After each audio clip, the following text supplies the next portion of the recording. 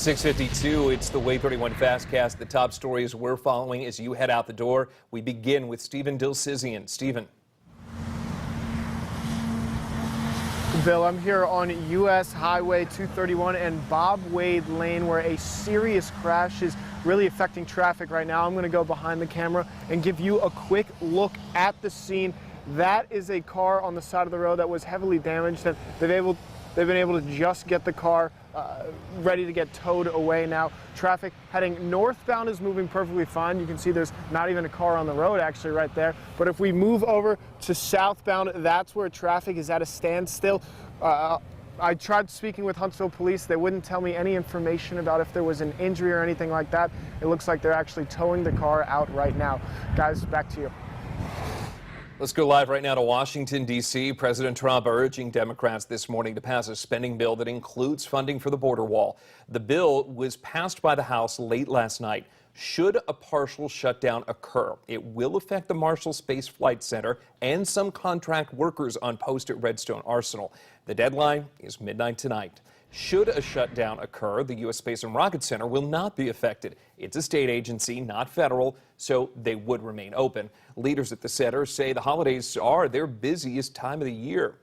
This morning, a former Lawrence County Sheriff deputy is responding to the most recent arrest.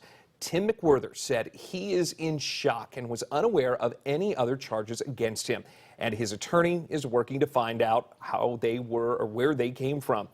McWhirter turned himself into the county jail yesterday. He faces charges of computer tampering. The State Pardons and Parole Board have just a little more than a week left to turn in a new proposal for changes to the system to both the governor and the state attorney general.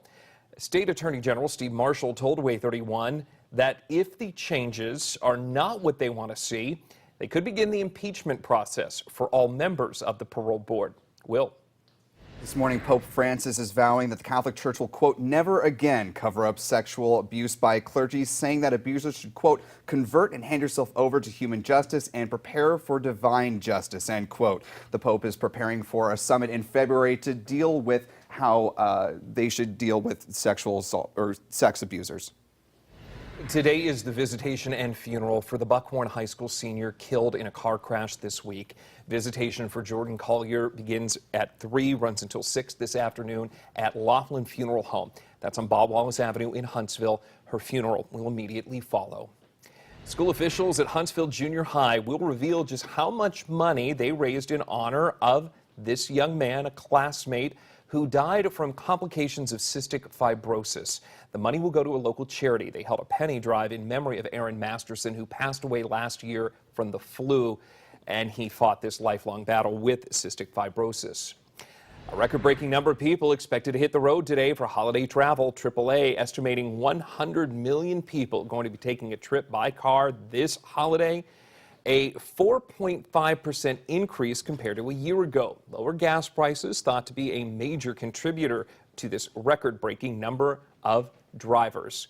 As far as the traffic goes this morning here in the Tennessee Valley, Kate, where are we looking at any trouble spots, of course, in addition to the wreck on 231?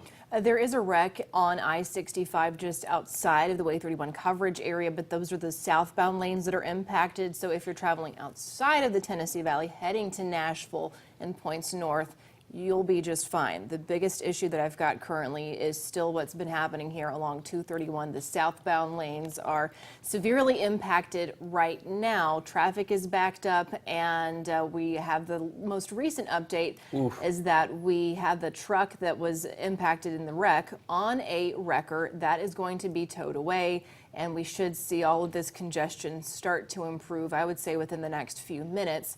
But until then, get ready for delays that you are going to encounter if you are heading outside of your home here within the next few minutes south toward Huntsville along Memorial Parkway. All right.